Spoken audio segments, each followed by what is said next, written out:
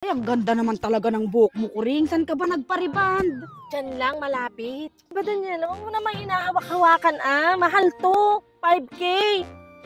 Mamaya nakulot, mainit pa yung kamay mo. Di pa nga ako naliligo, tas hawak-hawakan mo. Kaarte mo naman, nagpariband ka. Alam mo kainit-init ng panahon. Mare, pahingi ako ng bugnay. Kit sino yung nakatalikod na yan? Ang ganda naman ng likod.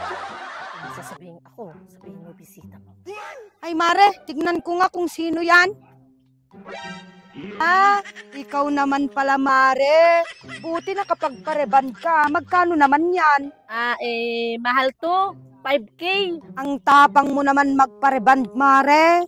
Oo, hindi naman masakit. Hindi, ang ibig kong sabihin Mare, ang lakas ng loob mong magpareband, si uutang ka pa sa akin. Ayan pala yung sinasabi ng anak ko na pinost mo pa sa Facebook.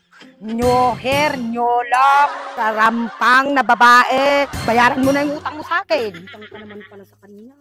Hayaan mo siya. Tagal-tagal na yun, naalala pa niya.